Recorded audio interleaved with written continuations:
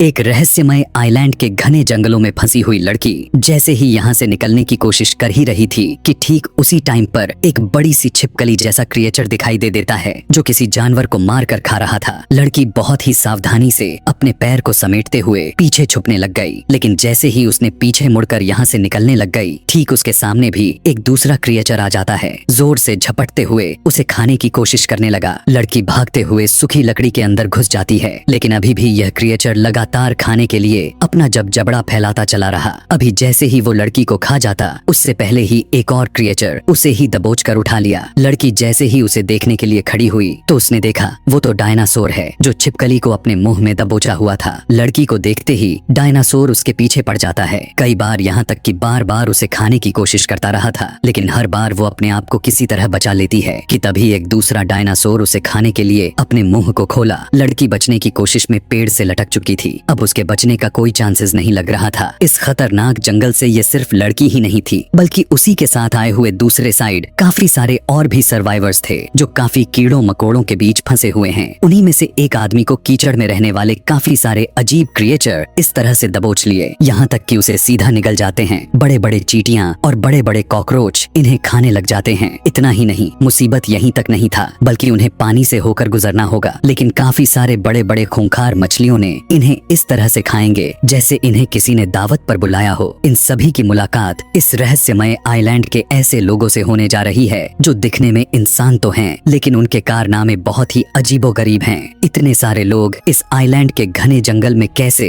और किस वजह से फंस जाते हैं, इसी चीज को जानने के लिए यह कहानी सीधा फ्लैशबैक में चली जाती है। फिल्म के स्टार्टिंग सीन में हमें न्यूयॉर्क सिटी को दिखाया जाता है। उसी शहर में हम एंडेरो नाम की लड़की को देखते हैं जो सर्कस में अपना कलाबाजी दिखाते हुए अपना गुजारा करती रहती है, लेकिन एक दिन इनकी सर्कस किसी वजह से बंद हो जाती है। वहीं दूसरी तरफ कार्ल नाम के फिल्म प्रोड्यूसर को दिखाया गया जो अपने फिल्म मेकर लोगों यानी अपने साथियों को बताने लगा कि मेरे पास एक ऐसी प्लान है, एक ऐसी जगह है जहां जाकर अगर हम वहां की सीन और स्क्रिप्ट के हिसाब से दोबारा फिल्म बनाए तो मार्केट में खूब चलेगी। अब क्योंकि उसकी पिछली काफी सारे फिल्में थी जो चल नहीं रही थी, इसीलिए काफी सारे फंडर्स और कंपनियां उसे पैसे देने और लगाने से मना कर देते हैं। यहीं से जब कार्ल को लगा कि लगता है कि वो अपने फिल्म को प्रोड्यूस नहीं कर पाएगा, इसीलिए वो अपने इस अगली फिल्म को प्रोड्यूस के साथ साथ डायरेक्शन भी देने का सोच लिया और वो इनकी काफी सारे रील्स के साथ उनका कैमरा चुरा कर यहाँ से भाग निकला। लेकिन अभी भी एक दिक्कत खड़ी कर रही थी, क्योंकि बिना हीरोइन की फिल्म आखिर कैसे बनती। इसीलिए वो फौरन हीरोइन ढूंढने के लिए निकल पड़ा। ढूंढते हुए कार्ल की नजर एनी पर पड़ जाती है, जिसे देखते ही वो समझ जाता है कि इससे ज्यादा खूबसूरत लड़की फिल्म के लिए हो ही नहीं सकती। पहले तो एनी इस फिल्म के लिए मना कर देती है, क्योंकि कार्ल उससे उल्टा सीधा बातें करते हुए फिल्म का पूरा स्क्रिप्ट बता रहा था। लेकिन बहुत मनाने के बाद आखिरकार मान गई। उसी रात सारी तैयारियों के बाद जब कार्ल और एनी जहाज तक पहुंचे तो एनी की मुलाकात जहाज के कैप्टन से हुआ। जहाज में चढ़ने से पहले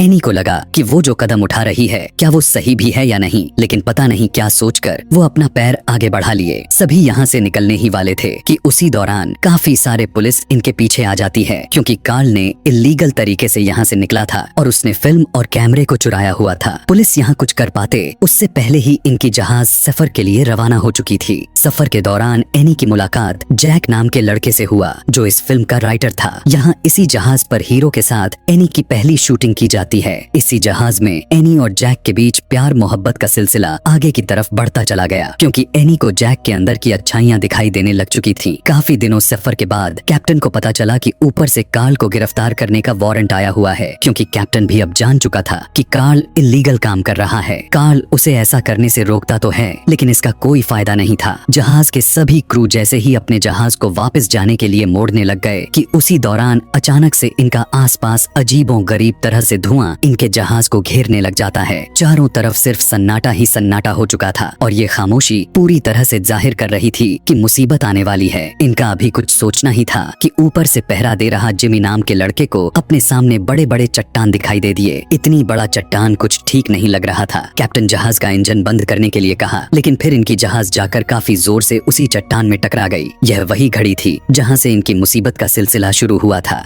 जहाज में पानी भरना शुरू हो चुकी थी। वहाँ के पत्थरों और जगहों को देखकर ऐसा लग रहा था जैसे कि यहाँ बहुत अरसे पहले कोई रह रहा था। लेकिन कार्ल एनी और जैक के साथ बाकी के कुछ सर्वाइवर नाव में बैठकर टापू पर उतर जाते हैं। सिवाय कैप्टन और उसके कुछ क्रू के, क्योंकि इनकी जहाज बुरी तरह से पत्थरों के बीच फंस चुकी थी। आगे बढ़ते हुए उन्होंने इंसानों के बड़े बड़े सिर वाले स्कल को देखकर इनकी हवा इधर ही टाइट हो जाती है। इन्हें अब थोड़ा थोड़ा डर सताने लगा था। सीन शूट करते करते सभी काल के पीछे पीछे चलते चले गए। यहाँ की जगहों को देखकर ऐसा लग रहा था कि यह पूरा टापू किसी इंसानों के डेड बॉडी से ही बनी हुई है, क्योंकि चारों तरफ लाशें ही लाशें दिखाई दे रही थीं। यहाँ के दीवार के पास इंसानों की बॉडी को लकड़ी पर ऐसे लटकाया गया था मानो उन्हें किसी के भोजन के लिए परोसा गया हो। लेकिन काल के हिसाब से यह पूरा जगह खंडर हो चुकी है। सभी अपना अपना रोल अदा करने लग जाते हैं। फिल्म शूटिंग के बाद एन को किसी लड़की के रोने की आवाज सुनाई देता है। उसी टाइम काल को वहाँ काले रंग का एक छोटा बच्चा उसे घूरते हुए नजर आया। काल उसके हाथ में चॉकलेट पकड़वाने लग जाता है, लेकिन लड़का चॉकलेट लेने की बजाय उसे काट लेता है कि तभी वहाँ पर रह रहे सारे आदिवासी लोग खंडर से निकलकर बाहर आ जाते हैं। उसी टाइम पर एक बहुत ही जोर से दहाड़ की आवाज सुनाई देती है, जिस आवाज को सुनते ही यहाँ इस खंडर में रह रहे आदिवासी लोग बुरी तरह से डर जाते हैं कि उसी दौरान अचानक से एक भाला आकर सीधा इनके आदमी को लगा, जो किसी और ने नहीं बल्कि आदिवासियों ने ही चलाई थी, और फौरन से इन पर अटैक कर करके इन्हें पकड़ने लग गए। वे सभी उन्हीं में से एक आदमी को पकड़कर उसी टाइम उसका गला ही काटकर अलग कर दिया। एन को भी पकड़ लिया जाता है। इधर काल को भी जैसे ही मारने वाले थे, उसी टाइम जहाज का कैप्टन आकर सभी को गन से शूट करने लग गया। गन की आवाज सुनकर सभी आदिवासी भागकर छुप जाते हैं। सभी जब जहाज में आकर यहाँ से भाग रहे थे, उसी टाइम आदिवासियों का एक साथी आकर एन को बंदी बना ले चला गया। जब जैक को जहाज में उनके गिरे हुए कुछ लॉकेट मिले तो वो एन की तरफ भागा, लेकिन एन जहाज में मौजूद नहीं थी। इधर दिखाया गया काफी धूमधाम से अजीबो गरीब हरकतों के साथ एन को दीवार के दूसरी साइड पर बांधा हुआ था। दरअसल सभी आदिवासी जंगल में रह रहे राक्षस के लिए एन को भोजन में परोसा था, क्योंकि अगर वो सभी ऐसा नहीं करेंगे तो आज उन्हीं में से कोई एक उसका भोजन बनेगा। उसी टाइम जंगल से निकलकर एक बहुत ही बड़ा चिंपांजी बाहर आया है और सीधा एन को अपने हाथ में पकड़ लिया। इधर पीछे से काल के साथ उसके साथी भी आ चुके थे। गोलियों के आवाज से सभी आदिवासी भाग खड़े होते हैं। उसी दौरान कार्ल एन को उस चिंपांजी के हाथों में देख लिया, जिससे अब कार्ल पूरी तरह से समझ जाता है कि यह पूरा आइलैंड एक श्रापित आइलैंड है और ये चिंपांजी यहाँ का लीडर है, जिसे किंग कॉन्ग का नाम दिया गया है। एन को लेकर किंग कॉन्ग जंगलों में भाग जाता है। अब क्योंकि इनके टीम की सबसे कीमती चीज गायब हो चुकी थी, यानी एंडेरो, इसीलिए सभी उसे लिए बगैर यहाँ से नहीं जा सकते थे और अब सभी अपने अपने हथियार को लेकर जंगल में चल पड़ते हैं। लेकिन उसी दौरान इन पर एक बहुत ही अजीब जानवर अटैक कर दिया। सभी इधर उधर भागने लग जाते हैं। कितनों की उसके पैरों के नीचे आने से मौत हो जाती है, लेकिन बहुत कोशिश के बाद गोलियों से उसे भून दिया गया और वो मारा गया। यहाँ दिखाया गया लोगों के लाशें गिरने के बजाय कार्ल को सिर्फ अपना फिल्म बनाने पर ध्यान था। अगली सुबह कार्ल को काफी बड़े बड़े जानवर दिखाई देते हैं, जिन्हें उसने आज तक नहीं देखा था। उन्हें देखते ही यहाँ वो उनका फिल्म बनाने लग गया। इस फिल्म का जो हीरो था वो तो पहले से डरपोक इंसान था। तभी पहाड़ों के बड़े बड़े पत्थर टूट टूट कर गिरना शुरू हो जाते हैं। दरअसल टी-रेक्स के बच्चे उन सारे घास खाने वाले जानवरों का पीछा कर करके उन्हें पकड़ रहे थे। लेकिन सबसे मुसीबत वाली बात तो यह था कि उसी रास्ते में कार्ल के आदमी भी मौजूद थे। कितने लोग तो बेवजह उनके पैरों के नीचे दब दब कर मारे गए। कुछ टी-रेक्स के बच्चे इन्हें भी खाने की कोशिश करते रहे, लेकिन बदकिस्मती से वे उन्हीं के पैरों के नीचे आते चले गए। लेकिन इनके आगे एक बहुत ही बड़ी खाई आ जाते हैं। उसी खाई में सभी बड़े बड़े जानवर गिरने लग गए। काफी सारे कार्ल के आदमी दब जाते हैं, लेकिन अभी भी कुछ ऐसे टी-रेक्स के बच्चे बचे हुए थे जो इनका पीछा छोड़ने का नाम ही नहीं ले रहे थे। उसी दौरान कार्ल का कैमरामैन एक टी-रेक्स का निवाला बन गया। यहाँ इस पल इस अपने खास आदमी को मरते हुए देखकर कार्ल को पछतावा हो रहा था कि यहाँ आकर उसने कितनी बड़ी गलती कर दी है। इधर किंग कॉन्ग एन को हाथ में लेकर जोर जोर से उछालने लग गया, ऐसे जैसे कोई बच्चा किसी टॉय के साथ खेल रहा हो। पहाड़ के सबसे ऊंचाइयों पर लाकर एन को फेंक देता है, जिससे एन बेहोश हो जाती है। उसे बेहोश में हुआ देखकर किंग कॉन्ग वहीं बैठकर कुछ खाने लग गया। जैसे ही एंडेरो को होश आया, वो बिल्कुल शांति से पत्थर के पीछे छुप जाती है।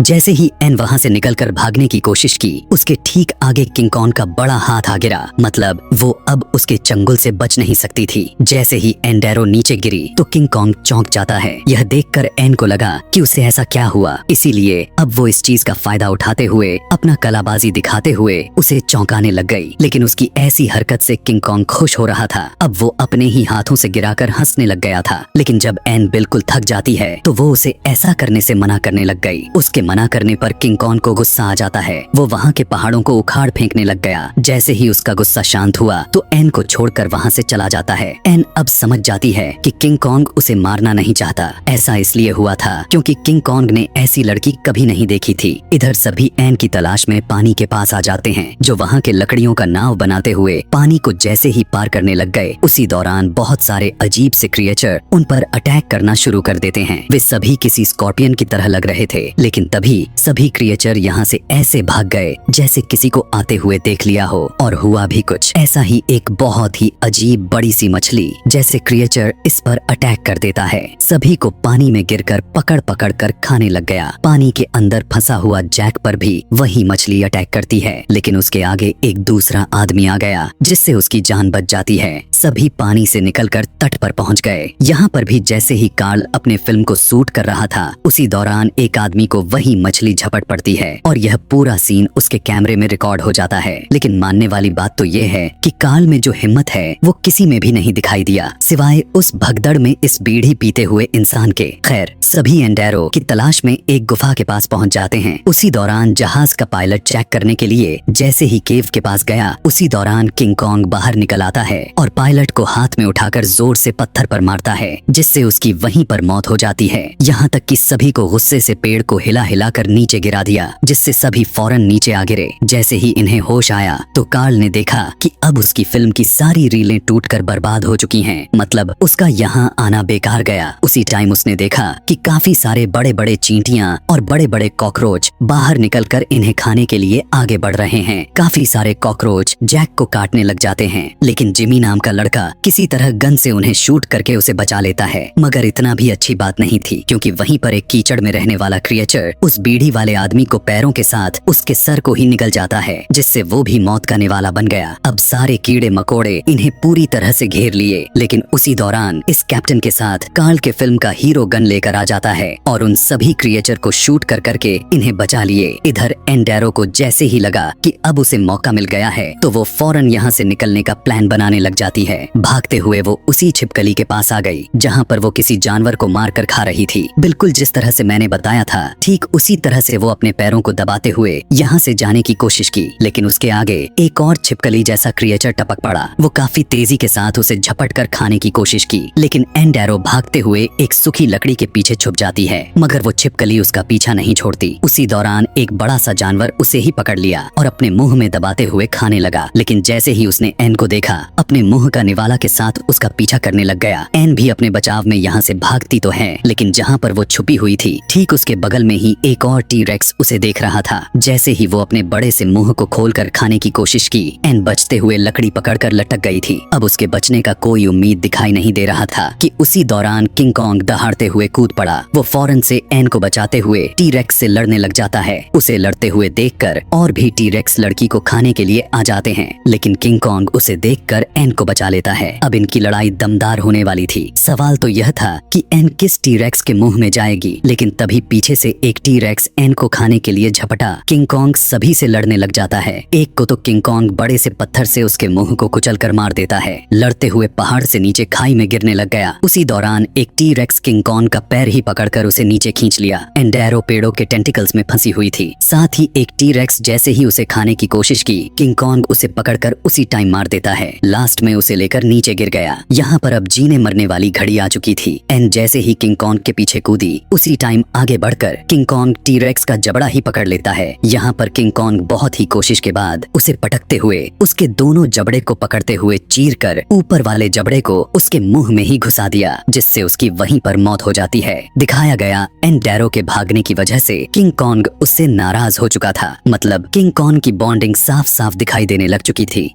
रात में दिखाया गया जैक अपनी जान की परवाह किए बगैर एंडेरो के पास आ गया था। उसने देखा कि एन किंग कॉन्ग के हाथों में सो रही है। काफी सावधानी से बिना शोर किए एन को जगाकर यहाँ से जाने लगा कि तभी अचानक से किंग कॉन्ग की आंख खुल गया और उसे देख लिए। उठते हुए किंग कॉन्ग जैक को अपने हाथों से कुचलने की कोशिश की, क्योंकि उसे लग रहा था कि जैक एंडेरो को मारने आया है। लेकिन उसी टाइम वहाँ पर रह रहे काफी सारे चमगादड़ किंग कॉन्ग पर अटैक कर देते हैं, क्योंकि वो शोर मचाकर उन्हें जगा दिया था। पेड़ों की टेंटिकल्स को पकड़ते हुए दोनों नीचे उतरने लग गए, लेकिन किंग कॉन्ग ऊपर खींचने लग गया। जैक किंग कॉन्ग के हाथों में आकर कुचला जाता, उससे पहले ही वो एक चमगादड़ को पकड़कर यहाँ से उड़ गया। ऐसा होते हुए देखकर किंग कॉन्ग गुस्से से पागल हो जाता है। किंग कॉन्ग की रफ्तार से ऐसा लग रहा था कि अब वो किसी को नहीं छोड़ने वाला। भागते हुए जैक एन को लेकर आदिवासियों के दीवार के पास आ जाता है। यहाँ आते ही एंडेरो ने देखा कि कार्ल के साथ साथ कैप्टन भी और उसके सभी साथी पूरी तरह से तैनात खड़े हुए हैं। उन्हें इस कंडीशन में देखकर एन पूरी तरह से समझ जाती है कि कार्ल किंग कॉन्ग को पकड़ने की फिराक में है। किंग कॉन्ग के आते ही सभी उस पर धावा बोल देते हैं। चारों तरफ से उसे लंगर फेंकते हुए पकड़ने लग गए। ऊपर से बड़ी सी जाल गिराकर उसे दबोच लिए। इतना ही नहीं बल्कि उसके ऊपर क्लोरोफॉर्म फेंककर उसे बेहोश करने लग गए। मतलब यहाँ साफ हो चुका था कार्ल का फिल्म बनाना बस एक नाटक था। वो तो सभी के साथ मिलकर किंग कॉन्ग को पकड़ने के लिए आया था, मगर एन को यहाँ से लेकर जाते हुए देखकर अब पूरी तरह से किंग कॉन्ग पागल हो जाता है। सभी को उठा उठाकर फेंकने लग गया। सभी भागने लग जाते हैं। पीछा करते हुए वो समुद्र के पास आ जाता है। एक को तो वो वहीं पर ही पकड़कर खा जाता है और फौरन से आगे बढ़कर उनकी नाव को उठाकर फेंक दिया। उसी दौरान कैप्टन एक बड़े से तीर चलाकर उस पर अटैक कर देता है, जिससे इस बार काफी बुरी तरह से किंग कॉन्ग इंजर्ड हो गया था। ऊपर से कार्ल भी क्लोरोफॉर्म फेंककर सीधा उसके नाक पर मारता है, जिससे वो धीरे धीरे बेहोशी के हालत में जाने लग गया। बेहोश होते हुए भी किंग कॉन्ग एंडेरो को बचाना चाहता था। वो अपने हाथों को आगे बढ़ाते हुए उसके साथ जाने के लिए कहने लग गया, लेकिन वो ऐसा नहीं कर पाता और बेहोश हो गया। यहीं से सीन शिफ्ट करके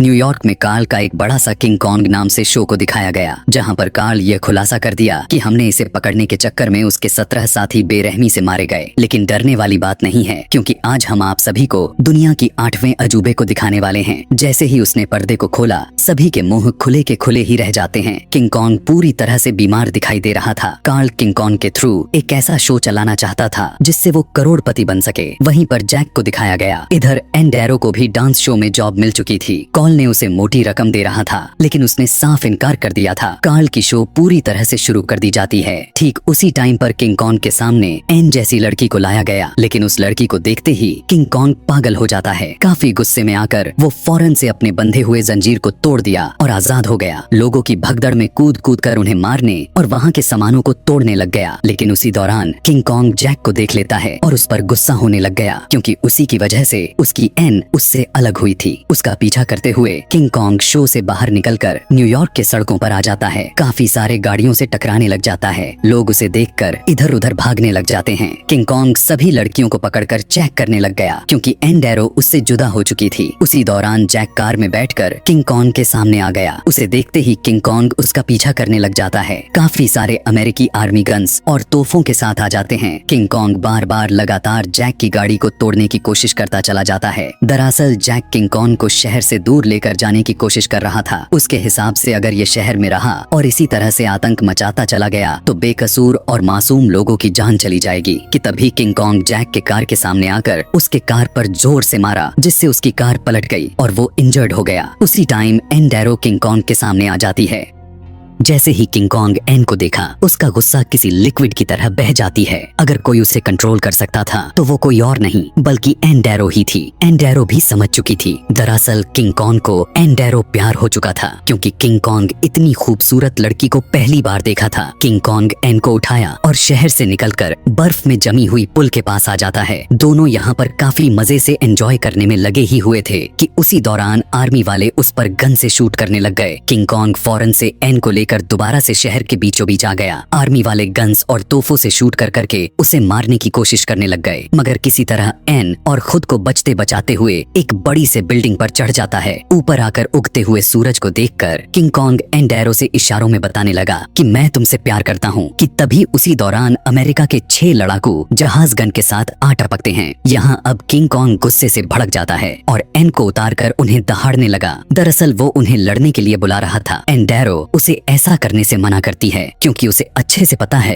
कि किंग कॉन्ग अगर ऐसा किया तो मारा जाएगा। सभी लड़ाकू जहाज उस पर फायर करने लग गए। काफी सारी गोलियां उसके बॉडी को चीरने लग जाती हैं। उसी गुस्से में वो बिल्डिंग के सबसे टॉप पर जाकर बैठ जाता है। पहले तो वो एक जहाज को हाथ मारकर तोड़ देता है, लेकिन बाकी के 5 जहाज उसे गोलियों से छल्ली छल्ली कर देते हैं। नीचे जैक भी लिफ्ट के रास्ते से होता हुआ एन को बचाने के लिए जाने लगा, क्योंकि उसे भी एंडेरो से प्यार था। किंग कॉन्ग इस बार भी हार नहीं मानता। वो एक जहाज को पकड़कर उसे दूसरे वाले को फेंक कर मारा, जिससे दोनों की टकराव से दोनों नीचे गिर गईं। तभी एन ऊपर चलने लग गई। गोलियों की वजह से उसका सीढ़ी टूट कर लटक जाती है, जिससे वो नीचे गिरने ही वाली थी कि ठीक टाइम पर किंग कॉन्ग उसे बचा लेता है। किंग कॉन्ग यहाँ हर बार एन के साथ इंसानियत दिखाने में लगा हुआ था, लेकिन खुद इंसान इंसानियत भूल चुके थे। यही सब देखकर इस बार किंग कॉन्ग ठान लेता है, या तो मैं रहूंगा या ये रहेंगे। वो सभी जहाजों को मारने में लगा ही था कि तभी काफी सारी गोली सीधा किंग कॉन्ग के चेस्ट पर लगती है, जिससे वो कमजोर होने लगा। मगर वो हार नहीं मानता। उसी टाइम जहाज का पायलट ने